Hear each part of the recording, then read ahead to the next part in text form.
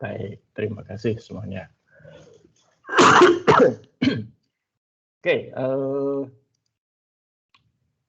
hari ini topik kita itu adalah mengenai pengembangan sistem informasi atau pembuatan sistem informasi itulah ya. Materi ini sudah sedikit dibahas di siang, ya. Dan kemudian nanti setelah mata kuliah sistem informasi manajemen ini masih ada satu mata kuliah wajib khusus yang secara terperinci gitu ya, mendetail, itu akan membahas mengenai pengembangan sistem informasi, yaitu AKT 2163, analisis dan perancangan sistem informasi. Nah, itu satu semester akan membahas topik kita hari ini secara lebih mendalam. Ya. Ini juga untuk mempersiapkan Anda nanti kalau bekerja di lingkungan kerja yang berbasis sistem informasi terkomputerisasi. Ya. Nah ya, kita lihat sekarang hampir tidak ada bidang yang tidak ada sistemnya, gitu ya. Bahkan pengusaha kecil warung pun Anda sudah bisa melihat di dalam tugas yang Anda kerjakan mengenai UMKM itu ya, bahwa UMKM pun tidak bisa lepas dari digitalisasi. Mau tidak mau, apalagi kemudian dipaksa dengan adanya pandemi seperti sekarang ini. Ya. Oke, jadi karena itu nanti mungkin materi hari ini tidak akan sangat mendetail.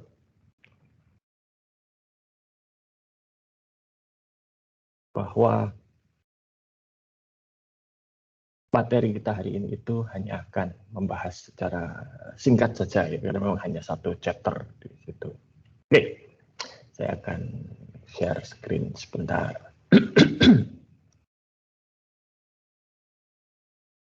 Oke, apakah sudah terlihat? Sudah, Pak. Oke. Sudah, Pak.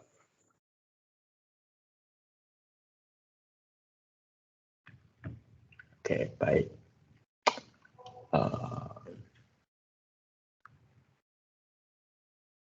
Sebentar ya, sebentar. Ada hal tadi sudah ditunggu sebentar.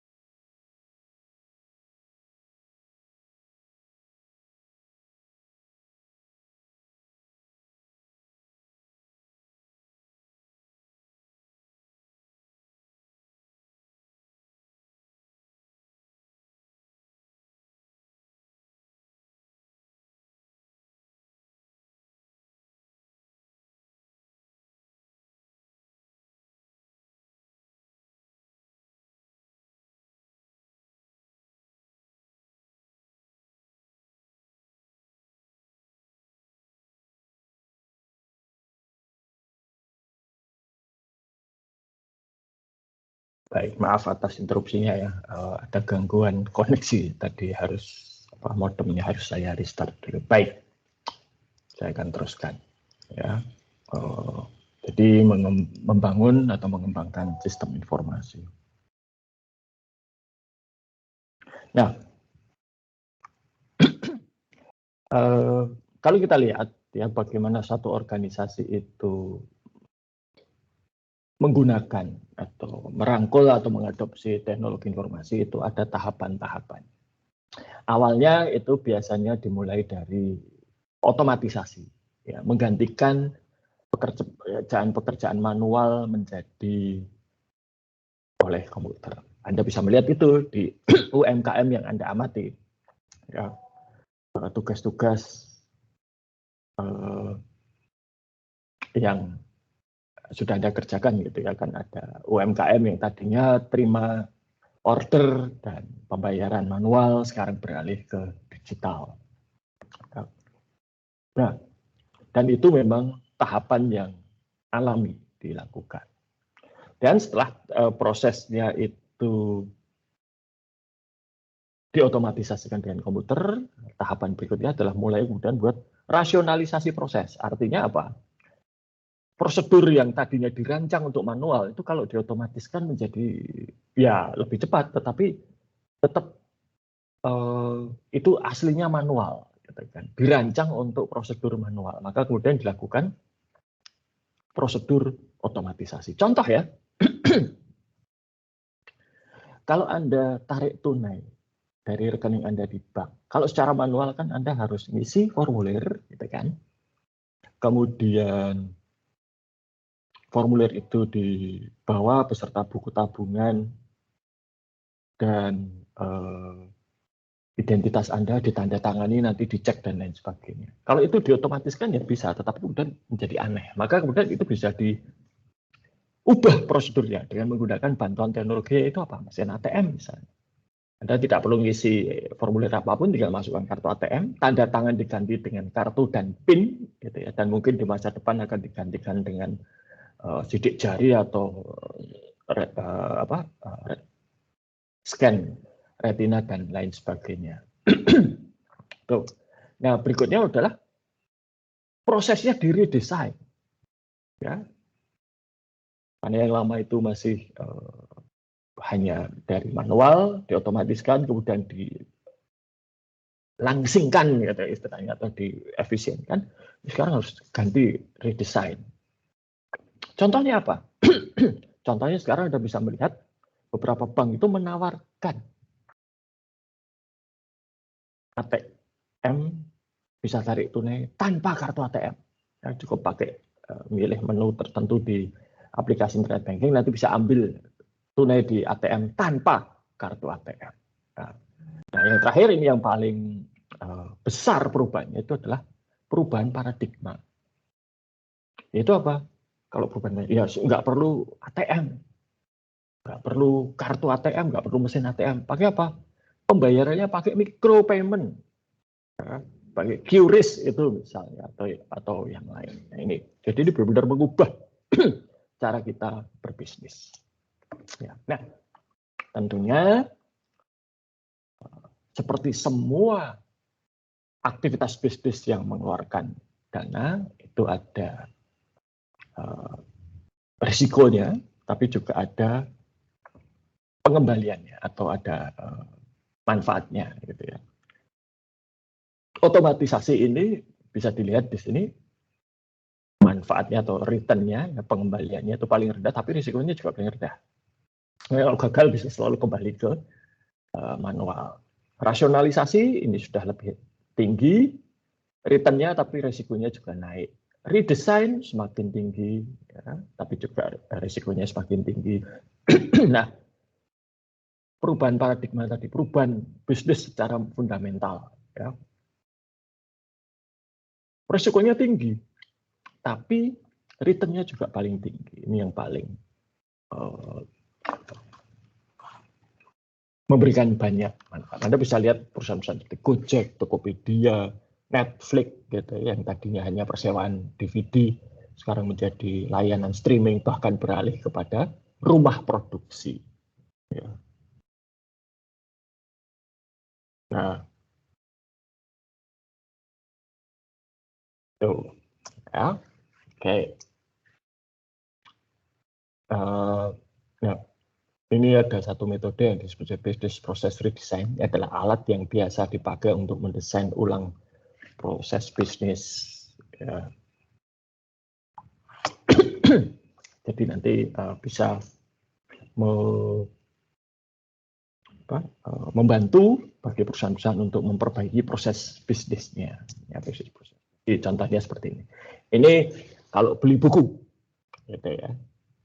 Beli buku di toko buku, cukup panjang, gitu kan. Bandingkan dengan misalnya kalau beli buku online. Ya. Nah, bahkan sekarang kalau dengan model bukunya itu elektronik, ya, itu sudah akan sangat berbeda. Jadi Anda bisa melihat proses yang lama itu, ini ya sudah se-efisien mungkin, gitu ya. Tidak mungkin lebih efisien lagi. Ya, ini dengan bantuan teknologi tetap bisa menjadi lebih efisien, terutama pada pencarian bukunya. Tetapi karena bukunya masih fisik, ya ini delivery-nya atau distribusinya masih fisik juga, dan ini biasanya butuh waktu agak lama. Ya, nah, ini saya pernah mengalami, ya, dulu ketika zaman saya masih sering beli buku fisik dari Amazon, ya, biasanya butuh waktu sampai 2 bulan ya untuk buku itu sampai ke Jogja dari Amerika Serikat sana. Kenapa lama ya? Karena memang saya pilih opsi pengiriman termurah. Sebab kadang kalau opsi pengiriman yang cepat itu antara harga buku dengan biaya kirimnya lebih mahal biaya kirimnya, maka saya sabar. Dan buku itu kan tidak akan kadaluarsa. Ya. Rusak, hilang, diganti oleh Amazon. Jadi aman. Namun belakangan saya merasa ada yang tidak nyaman dengan model itu, ya, terutama menunggu, ya bukan apa-apa, saya pengen segera baca saja, gitu kan. Nah sekarang Amazon menawarkan opsi buku digital, kalau Anda ingat proses digitalisasi itu ya. Jadi proses itu sampai di sini, sampai kepada enter order, memasukkan order dan membayar itu masih sama. Tetapi kemudian pengiriman bukunya yang berbeda. Kalau buku fisik itu saya harus nunggu sampai 2 bulan, 4 minggu, 8 minggu lah ya, itu sampai. Tapi kalau bukunya itu elektronik atau versinya di Amazon namanya versi Kindle, begitu saya selesai membayar dan bayaran saya terkonfirmasi, terverifikasi, maka Kindle book, ya buku digital itu bisa langsung di-deliver. Ada pilihan, saya punya beberapa perangkat yang mengakses buku, mau ke laptop, tablet, atau smartphone. Nah, tinggal saya pilih dan klik deliver, gitu ya. Nanti otomatis buku itu akan dikirim ke gawai saya. Itu. Nah, jadi memang ada perubahan, terutama di dalam delivery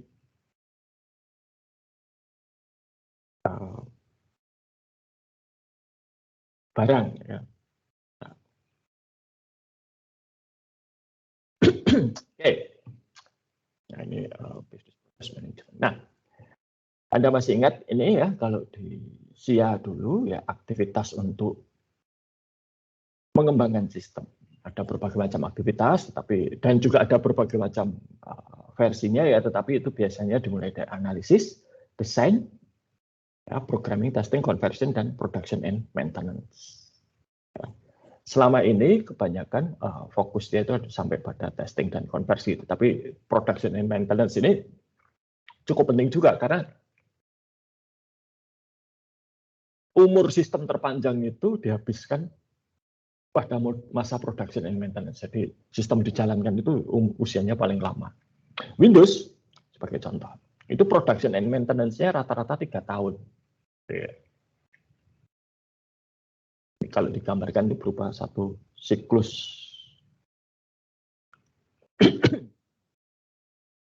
Nah, nomor 1 atau langkah pertama itu adalah analisis ya. Di sini termasuk sebetulnya menentukan sistemnya itu perlu atau tidak. Kalau perlu, yang seperti apa? Ya, berapa biayanya, layak atau tidak, dan seterusnya.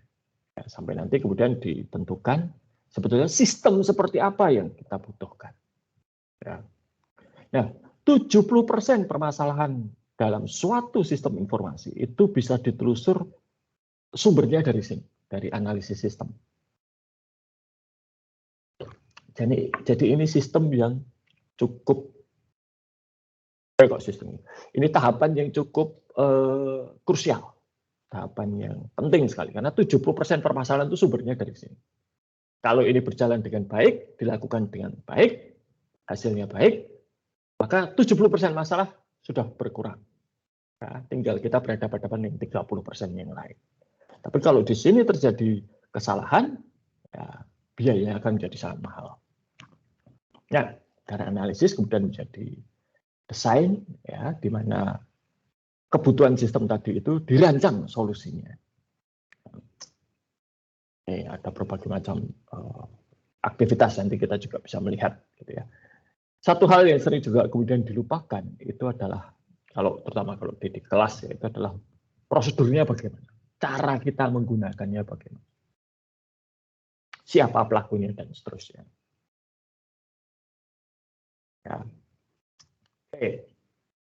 Nah, kemudian development ini nanti akan ada proses programming. Jadi mengubah desain itu menjadi kode sumber software-nya. Dan kemudian ada testing. Ya, jadi testing ini menguji apakah sistem itu berjalan sesuai dengan yang diharapkan atau tidak. Testing ini dimulai dari tahapan coding ini sebetulnya. Jadi seorang programmer itu akan melakukan yang disebut sebagai unit testing. Jadi kalau seorang programmer itu membuat kode,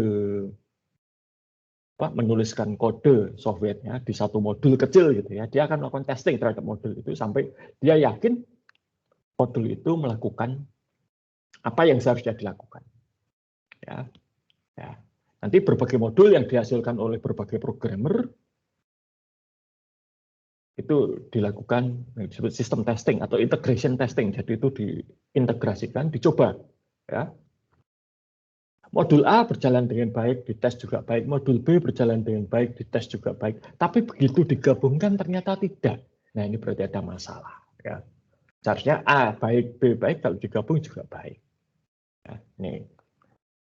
Dan testing ini berjalan terus-menerus, yang merupakan bagian dari siklus pengembangan sistem yang sangat krusial.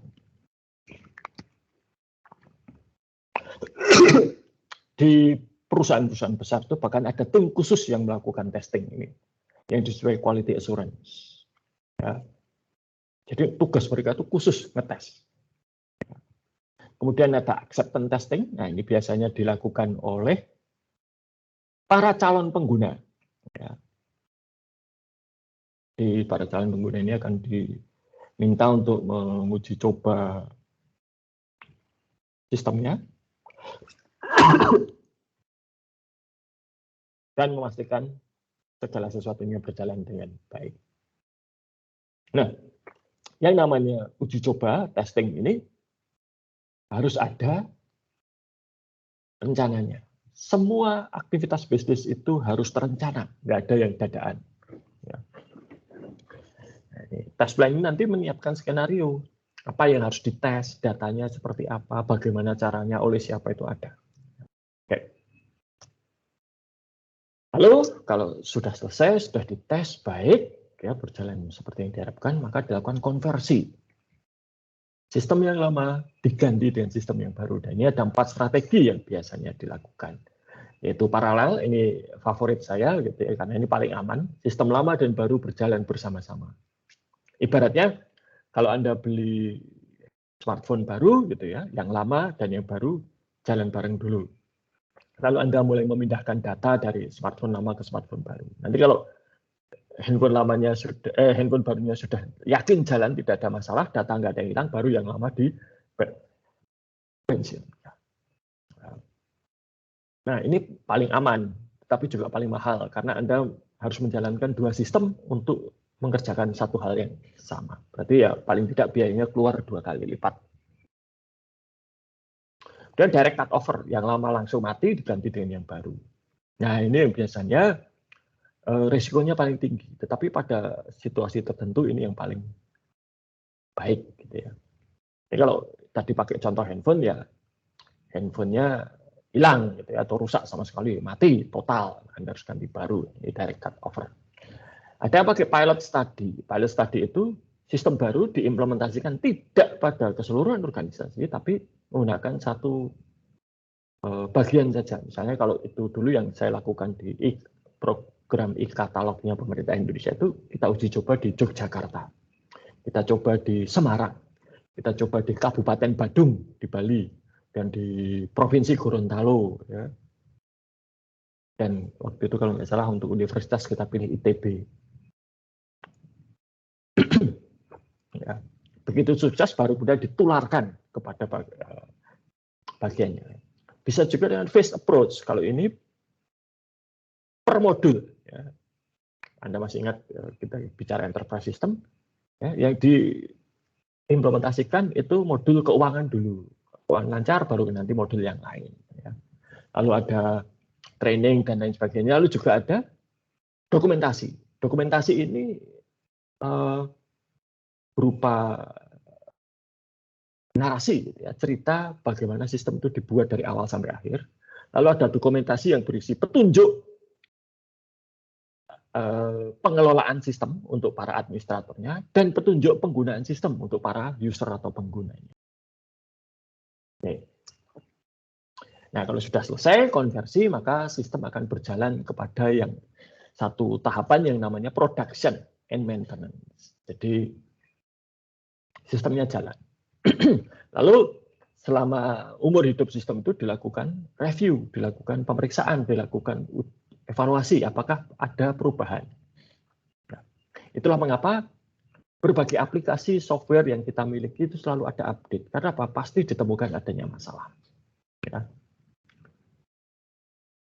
Mungkin saja ketika diuji coba sistemnya berjalan dengan baik, dikonversi tidak ada masalah. Tapi 1 tahun kemudian ada hardware baru, dan hardware baru ini ternyata tidak cocok dengan sistemnya. Sistemnya harus dilakukan modifikasi khusus, gitu ya.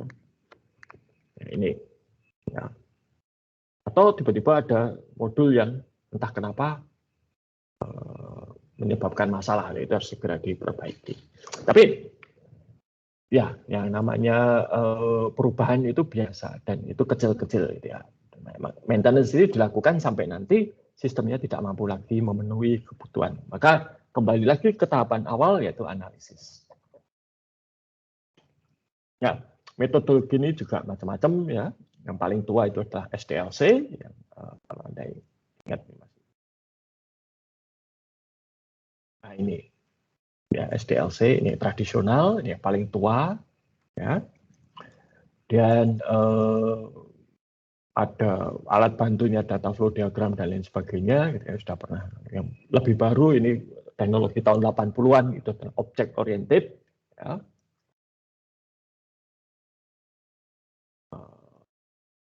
Ada prototyping, nah, ini untuk memperbaiki kelemahan SDLC. Ya. Ada end user development, jadi user itu mengembangkan sendiri aplikasi untuk digunakan sendiri. Ya. Karena mungkin yang butuh ya hanya dia, yang lain tidak butuh. Ya. Nah, itulah mengapa Anda nanti akan dapat mata kuliah analisis dan perancangan sistem informasi. Karena sangat dimungkinkan di masa depan itu karyawan diizinkan sendiri untuk melakukan konfigurasi atau mengembangkan satu aplikasi sederhana untuk kepentingannya sendiri. Maka perlu diajari cara untuk membuat yang benar. Ya. Nah,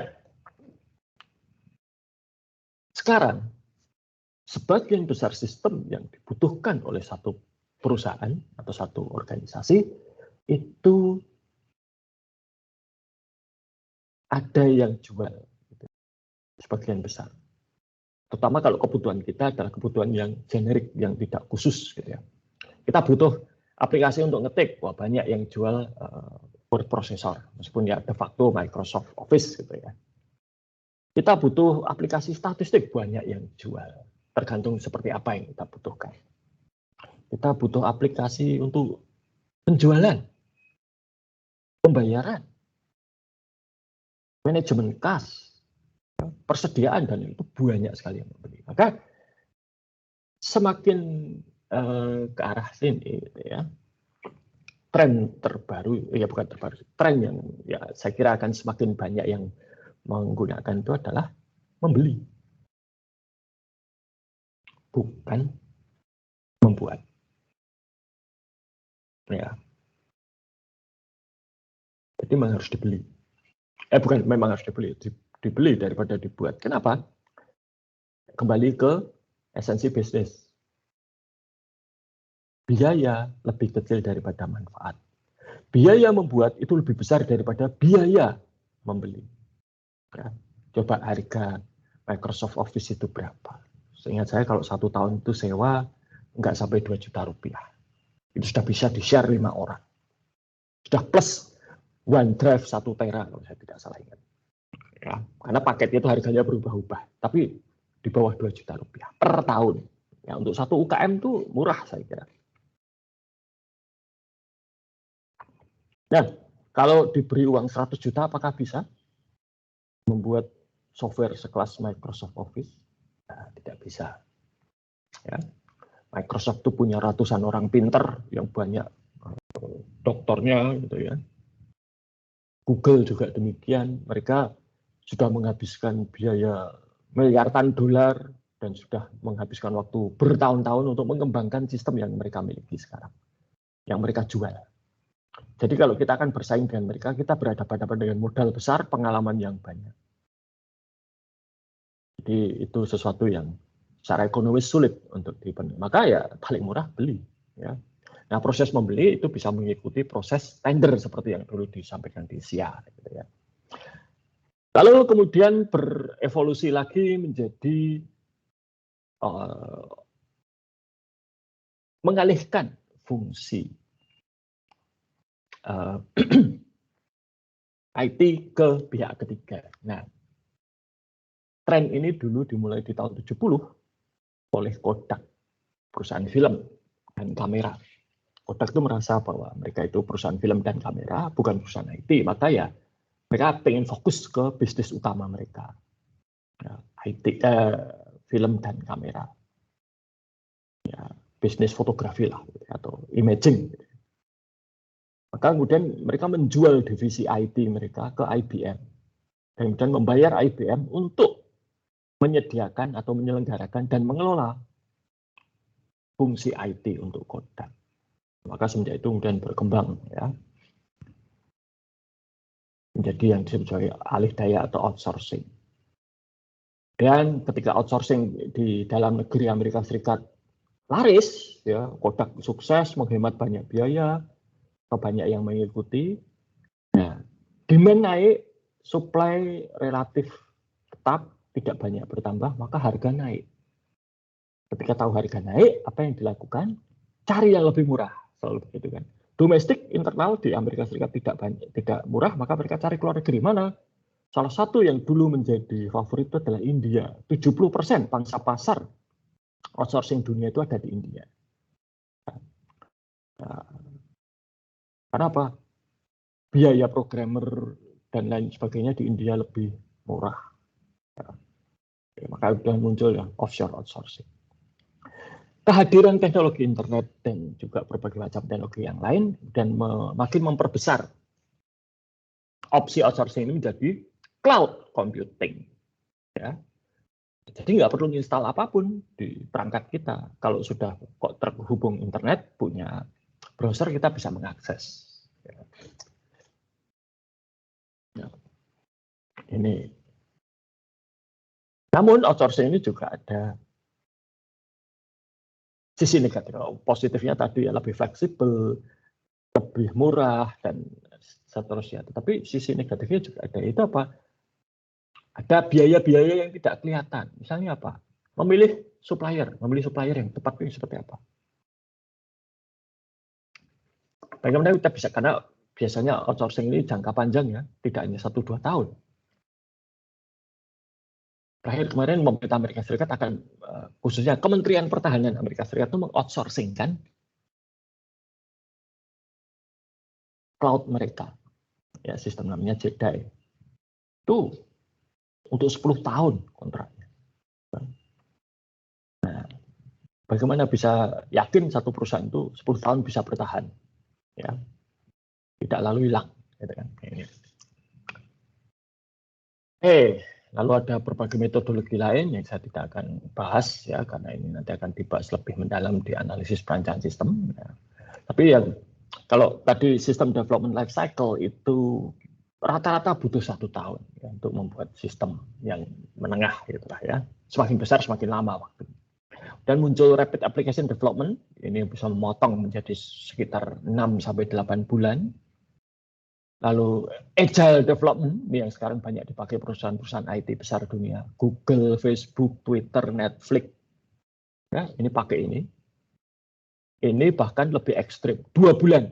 Ya, dari tadinya 1 tahun menjadi 6 sampai 8 bulan, kemudian sekarang menjadi 2 bulan. Ya. Maka Anda bisa lihat kalau aplikasi di smartphone atau tablet Anda itu tiap berapa minggu pasti ada update. Kenapa ya? Itulah yang mereka lakukan sekarang. Jadi luncurkan versi, lalu update gitu ya. Lalu yang juga marak berkembang belakangan itu adalah aplikasi yang berbasis pada perangkat bergerak mobile, khususnya smartphone dan tablet. Ya. Nah ini khusus kenapa? Karena layarnya kecil, ya, sumber dayanya juga kecil. Untuk smartphone itu ya storage 128 GB itu sudah besar. Ya. Tapi untuk komputer, laptop atau desktop 128 GB itu kecil. Ya. Ini layarnya juga kecil. Layar laptop terkecil yang saya tahu itu 11 inci. Nah, kalau tablet 11 inci kan sudah besar sekali. Gitu ya. Nah, ini maka berbeda. Baik. Sampai di sini dulu, apakah ada pertanyaan? Pak, mohon maaf sebelumnya ingin bertanya. Silakan.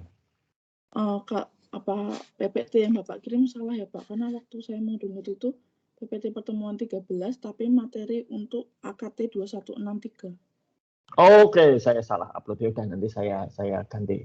Terima kasih Ya. atas pemberitahuannya. Ya, Terima kasih.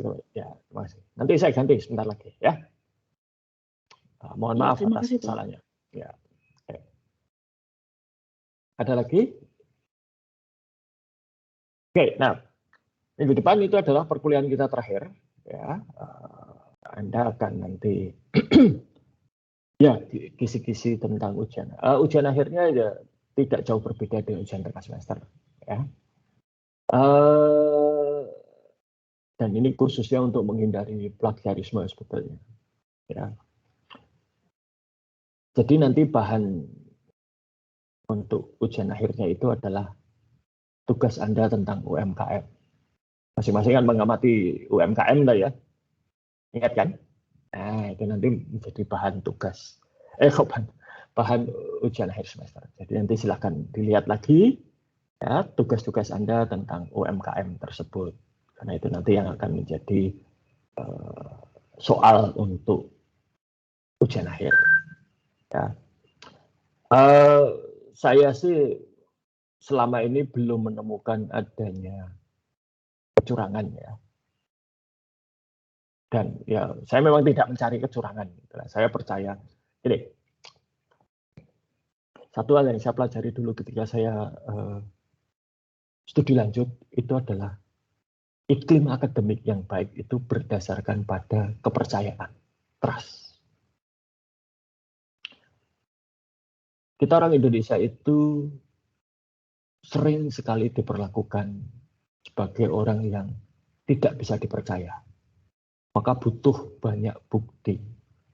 Ya. Coba ini, kalau Anda itu dulu masuk ke Atmajaya, ya, harus setor fotokopi berbagai macam identitas, toh? Ya, berbagai macam surat, benar nggak? Harus dilegalisir, ya toh? Itu mending kalau saya nggak tahu di Atmajaya itu mau atau tidak. Legalisirnya oleh notaris bisa atau enggak? Ada yang kemarin dulu memasukkan berkasnya legalisir notaris. Bukan legalisir dari sekolahnya gitu. Misalnya untuk ijazah. Enggak ya? Enggak ada. Ya itu di Indonesia seperti itu. Saya pernah ketika saya ngurus kenaikan pangkat kemarin sebelum pandemi ini. Jadi kalau Anda punya ijazah dari perguruan tinggi luar negeri itu, kalau seperti saya, dosen maupun pegawai negeri itu harus melakukan yang disebut penyetaraan ijazah. Penyetaraan itu sebetulnya pemerintah Indonesia ngecek ijazah saya itu dari universitas yang benar atau abal-abal gitulah. Kan banyak tuh universitas abal-abal di luar negeri ya, yang disebut sebagai degree mills. Jadi hanya bagi-bagi ijazah. Kuliah enggak, ujian enggak, tugas enggak, tahu-tahu dapat ijazah. Itu banyak. Ya. Dulu saya betul ada satu universitas itu namanya Harvard International University, HIU, gitu kan. Nggak ada itu Harvard International University, tidak terakreditasi dimanapun. Ya. Dan kadang-kadang ada lembaga itu yang menyebut dirinya universitas. Anda tahu McDonald itu punya lembaga pelatihan, training center, namanya Hamburger University. Tapi itu bukan universitas, gitu ya. Itu ya hanya namanya saja university. Maka dosen-dosen pegawai negeri yang ingin ijazahnya itu dalam tanda kutip dipercaya oleh orang Indonesia harus melakukan yang namanya penyetaraan. Jadi ada suratnya penyetaraan. Ketika saya akan naik pangkat, itu oleh LL Dikti diminta fotokopi SK penyetaraan ijazah yang dilegalisir. Oke, nggak masalah. Masalahnya LL Dikti tidak menerima legalisir notaris. Saya harus ke kantor Dirjen Dikti di Senayan untuk legalisir. Jadi bayangkan, saya harus ke Jakarta 2 kali. Satu untuk memasukkan berkas, yang kedua untuk ngambil berkas. Karena dari memasukkan sampai jadi itu butuh waktu 3 hari kerja. Bisa dibayangkan ya. Biayanya berapa itu hanya untuk legalisir. Kalau ke notaris itu saya tahu betul. Sekali legalisir itu per lembar Rp2.000. Karena 5.000 ya. Mau 100 ya hanya 500.000. Tapi terbang ke Jakarta itu ya bolak-balik 1 juta lebih. Ya. Nah, kita ya poin saya tidak dipercaya. Gitu. Kalau saya dilanjut dulu, kalau mereka butuh fotokopi, ya zaman belum elektronik ya, ini sudah 20 tahun yang lalu, gitu. Mereka tidak butuh yang, ya kalau ada legalisir, oke, mereka mau. Ya, tapi kalau tidak dilegalisir, apa yang harus dilakukan? Aslinya saya bawa, lalu fotokopiannya saya bawa, mereka akan lihat, membandingkan antara asli dan fotokopi. Kalau sudah akan mereka cap fotokopi sesuai asli. Titik. Karena artinya legalisir itu sebetulnya adalah mengatakan ada seseorang yang bersaksi bahwa fotokopi ini sama dengan aslinya. Itu. Ya, kita tidak dipercaya. Ya. Dulu saya pernah jadi tim teaching gitu ya. Tim teaching. Lalu koordinatornya ngomong ke saya, si A ini nanti nggak bisa ikut kuliah, gitu kan. Dia juga minta waktu memperpanjang pengumpulan tugas. Oke, kenapa? Saya tanya gitu kan. Sakit atau? Oh enggak, sedang apa istilahnya? Sedang bahasa Indonesia itu sebetulnya sedih tapi sedih banget gitu ya. Kenapa? Orang tuanya meninggal? Enggak, barusan putus dari pacarnya. Gitu. Saya tahu anaknya gitu ya, dan perasaan saya kok ceria-ceria saja gitu ya. Tapi ya karena dia ngomong ke koordinator putus dengan pacar gitu, ya sudah. Dan itu dipercaya gitu. Nah, saya juga di dalam kelas saya itu saya ingin melakukan hal tersebut. Ya, percaya. Ya. Meskipun ya tentunya kalau ada, jadi kalau prinsip saya itu adalah saya percaya kalian jujur sampai terbukti tidak. Ya. Lain kalau di Indonesia itu pada umumnya dikatakan orang itu harus dicurigai tidak akan jujur sampai terbukti bahwa mereka jujur. Terbalik. Kalau saya lebih baik ya saya percaya kalian jujur ya. Nah, hanya saja kalau tertangkap tidak jujur, nah itu lain ceritanya ya. Kalau sampai tertangkap tidak jujur itu hukumannya berat. Dulu bisa sampai dideportasi ya. Ketahuan misalnya titip tanda tangan gitu nggak akan dicek. Saya tuh bahkan kalau kuliah dulu tidak pernah ada presensi. Saya jadi dosen ngajar di kelas juga tidak ada presensi. Ya sudah masuk ya masuk saja. Gitu ya. Hadir tidak hadir terserah.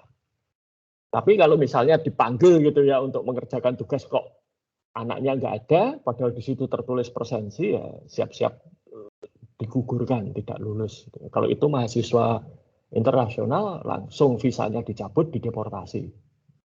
Nah, itu. Nah, maka poin saya adalah saya itu memberikan tugas selama ini itu saya tidak mencari adanya plagiarisme, tidak. Saya tidak lalu lihat semuanya ada yang nyontoh nggak, ada yang nyontoh nggak ya. Tapi kalau saya curiga ada yang kok rasanya aneh. Ya. Kenapa? Saya tahu Anda masing-masing itu tulisannya seperti apa. Ya.